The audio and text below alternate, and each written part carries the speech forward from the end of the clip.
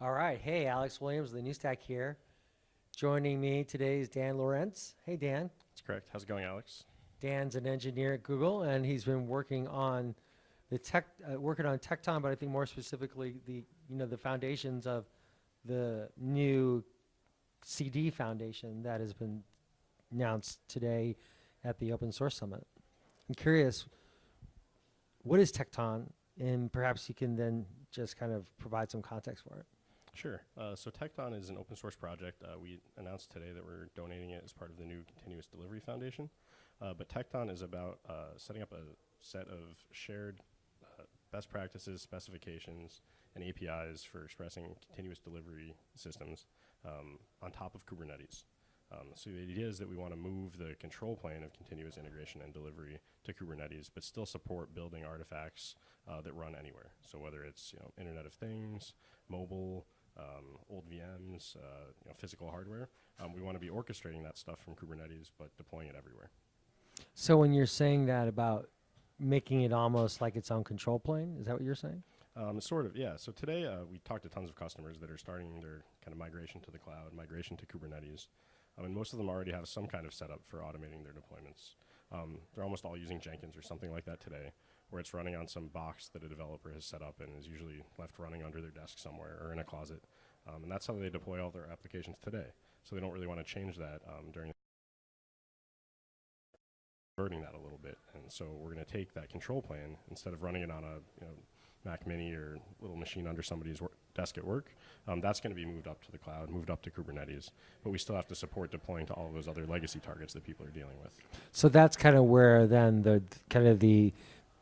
cooperation comes in, right? Where you're working with other vendors.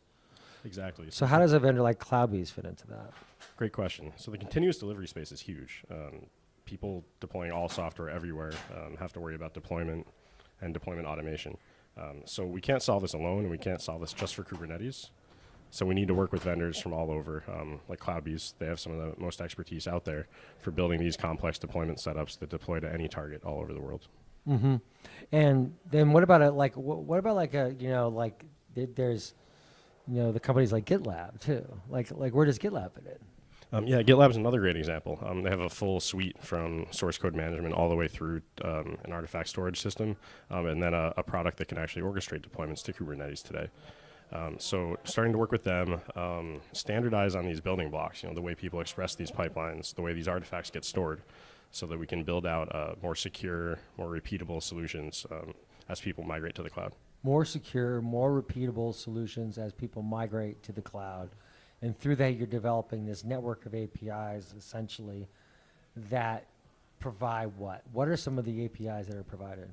Sure, great question. We talked to a ton of customers about how they get their software from, how does a developer build, test, and debug locally, all the way through to getting it running in production. Call this like the life of a commit.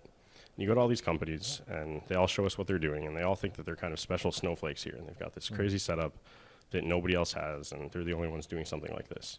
But if you start to stand back a little bit and squint, nobody here is really that special. The stuff they're doing is kind of similar. There's always a few tweaks here and there. Somebody might store their source code in a slightly different format, or somebody might require more operators to review the code before it gets applied to production. But kind of stepping back a little bit and settling on some common verbs and nouns that we can start to use first to describe all of these things. If we have a common language to explain this life of a commit, then we can start to build up specifications and descriptions for all of those. So if we all describe those kind of software delivery pipelines the same way, then we can get portability across all of these systems. So it's really, so the portability question. So what does it take to then build those APIs? What are you doing? Like, tell me about kind of the process. How are you going to start organizing that? Are you acting as maintainer yourself? Yeah, so I'm a maintainer and technical lead myself. And honestly, the building these APIs is the easy part. The hard part is naming and getting everybody to agree on all of this. There's that old joke that naming is one of the hardest problems in software engineering, and it's really true. We did a big evaluation of all of the cloud-native CI systems out there today. GitLab is one of them. Jenkins has a few. And taking the nouns and verbs they use to describe each part of it, just from reading their documentation, and it's kind of a mess. People use the word workflow interchangeably with pipeline, and some people use those to mean completely different things. And so it's incredibly confusing to users as they try to reason about these systems, and it's even more confusing to maintainers. So what are the confusions that come from the users? Basically using the same word to represent different things in every different system. So the semantics then become a real issue. Exactly. And so that's the hard part here, and that's why we require cooperation from all the different vendors. That's why we're excited to do this in the Continuous Delivery Foundation. What are the issues that are surfacing without this fix? Because when I first started covering the CNCF, it was back when it was announced, and then I remember one of the first open source summits, they had the first technical oversight committee, and Solomon Hykes was in there, and Alexis Richardson, and real interesting group of people, and there came up the continuous delivery came up as a topic of discussion. They're like, well, no, I don't think we don't really need to think about one CD because environment, because people will all use different ones, right? So that to me just kind of like resonates in my mind as like I'm thinking through kind of where we are today, and like, well, why do you need to do this then if everyone just is using their own CD? Yeah, so continuous delivery is definitely not a one-size-fits-all solution out there. People have all sorts of different tastes and different compliance requirements. Right, something that a bank uses to push something to their production instance is hopefully a lot more secure and audited than something a startup might be using just to deploy a pre-alpha app that nobody's actually using yet. People want to move faster or slower depending on the different life cycle they're at. The big goal here, though, is that if we can get kind of these building blocks in place, it'll be a lot easier for people to build these opinionated CI/CD systems on top of them so that everybody can get or put together the one they need. This kind of comes up a lot in the Kubernetes space, too. People mistake Kubernetes a lot for a PaaS, a platform as a service, because it has a lot of the same kind of building blocks, but they're often left disappointed because it leaves a lot still to be put together. People describe Kubernetes more as a kit for building a PaaS rather than a PaaS itself. And that's kind of where we're hoping to go with Tecton as well. Will you be building then the primitives then? Is that kind of the idea? Because Kubernetes really, that's the origination of it, and building out those primitives. And that's really the hardest part. Exactly. We want to build the primitives, do the hard, boring part so that people... What is hard about it, though? What is hard about a CD? Yeah, the hard part is just because how... It's not hard, it's just complex. And these are complex business requirements that people have to deal with in CD. Trying to figure out if you're compliant with all of the different auditory regulations, trying to figure out if your operational best practices that have been set up by your SRE team are actually being met by your delivery pipeline. These aren't technical challenges, these are organizational, legal challenges that you have to make sure that your software delivery pipeline meets. Today, most of this lives as bash scripts somewhere, which are very hard they're not declarative, they're very hard to figure out what they do, and they're very hard to understand. So elevating that up to be a set of declarative primitives, it's a lot easier to understand how they fit together if you're actually following these best practices. So that's when the nouns, for example, become very instrumental in understanding how do you actually describe this. Exactly. Ideally, you can take a look at one of these Tecton pipeline definitions and tell that the source code came from this repository. It was reviewed by at least 3 developers, and that was built using this build tool, which was also audited, and resulted in this artifact. There was no chance for somebody to go rogue and insert something in the middle. You know exactly where the source code is coming from and where it's going. You know exactly where the source code is coming from. Okay. And you shouldn't have to read a very long bash script to figure that out. So, when the CNCF first started and Kubernetes was being first discussed, there was a lot of confusion out there because people, I think, were just trying to figure out what do you mean you're building out these primitives, first of all. So what have you learned? Like, what have you guys learned from that? And like, what are you thinking of that learning when you're going into building out this CD, pipeline workflow?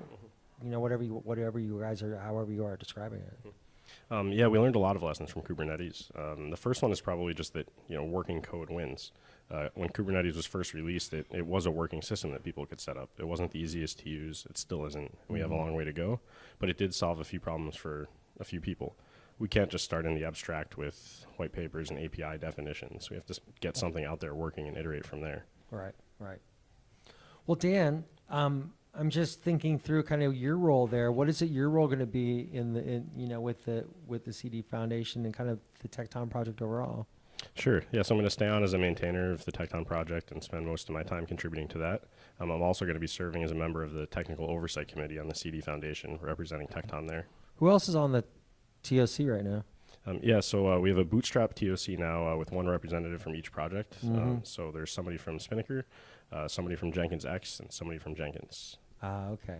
And that's where the discussions will happen about the nouns and the verbs. How will then you organize the underlying organization for contributing, and how will you be leveraging what's come of the Kubernetes community development? Yeah, great question. So the governance of the CDF is still being set up. We have our first bootstrap meeting tomorrow, and then our first board meeting will be sometime in a few months, hopefully in a location as nice as this one.